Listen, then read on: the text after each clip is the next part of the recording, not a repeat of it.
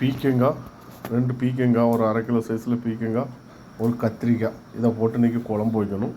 இந்த பீக்கங்காய் தொலியில் சட்னி வைக்கணும். அது சட்னிக்காக வேண்டி வேர்க்கடலை வறுக்குது, வேர்க்கடலை போட்டு சட்னி வைக்கணும். பீக்கங்காய் தொலியை செதுக்கியாச்சு. அதில் உள்ள தொலியை வச்சு தான் இப்போ சட்னி துவையல் மாதிரி அரைக்க போகுது. இதை நல்லா கொஞ்சம் பொடிசாக கட் பண்ணிவிட்டு நல்லா கழுவி எடுக்கணும்.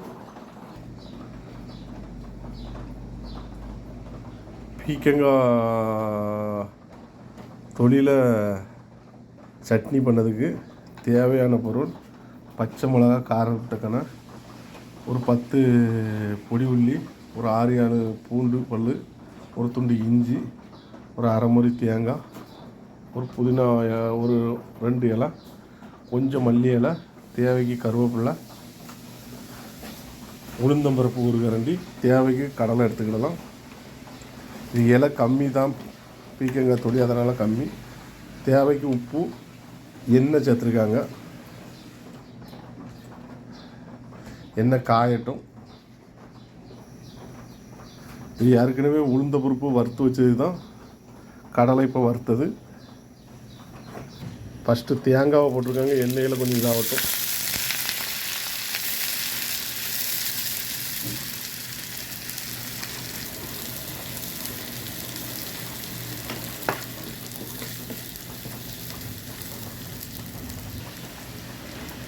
இலையை போட்டிருக்காங்க, பீக்கங்காய் தொலியை. இது நல்லா வதங்கட்டும்.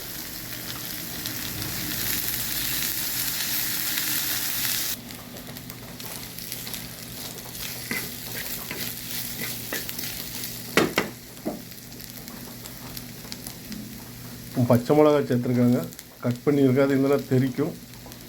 வெங்காயம் சேர்த்துருக்காங்க.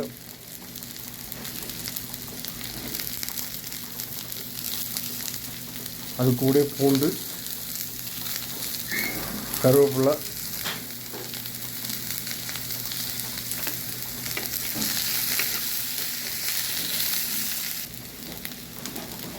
அந்த மல்லி புதினாவை சேர்த்துருக்காங்க.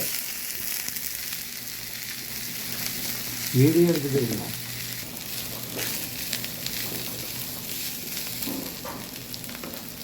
இப்போ புளி சேர்த்துருக்காங்க. தேவையான அளவு உப்பு இப்போ சேர்த்துருக்காங்க. நல்லா வதங்கட்டும். வதங்கினா தான் டேஸ்ட்டு கிடைக்கும். லாஸ்ட்டில் தாளித்து லைட்டாக ஊற்றணும்.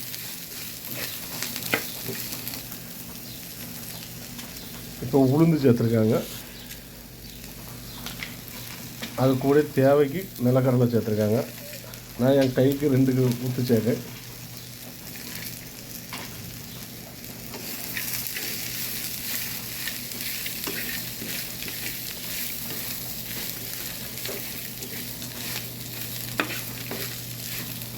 இதை மிக்சியில் அரைச்சிட்டு, அதுக்கு பிறகு இங்கே மிக்சி தான் இருக்குது, அதனால் மிக்சியில் அரைச்சிட்டு தேவைக்கு உப்பு போட்டுக்கிட வேண்டியதான். அதுக்கு பிறகு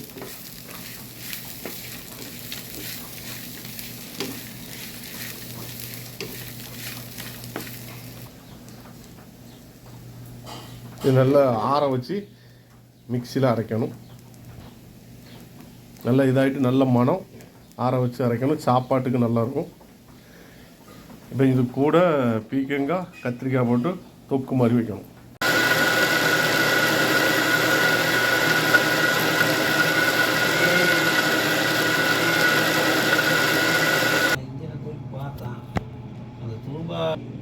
பீக்கங்காய் துவையல் ரெடி ஆகிட்டு இதை தாளித்து எடுத்தால் போதும். சட்னி தாளிக்கிறதுக்கு சட்னி நல்லா காஞ்சிட்டு கடுகு, ஜீரகம், காஞ்ச வத்தல், கருவேப்பிலை ஆஃப் பண்ணிடுங்க.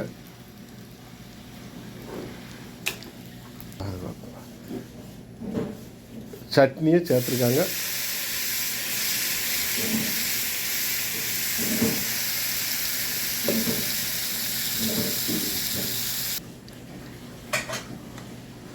இந்த மாதிரி பீக்கங்காய் சட்னி வச்சு சாப்பிடுங்க. நல்ல டேஸ்ட்டு. சாப்பாட்டுக்கு, சப்பாத்திக்கு, எல்லாத்துக்கும் நல்லாயிருக்கும். வாங்க எல்லோரும் சாப்பிடுவோம்.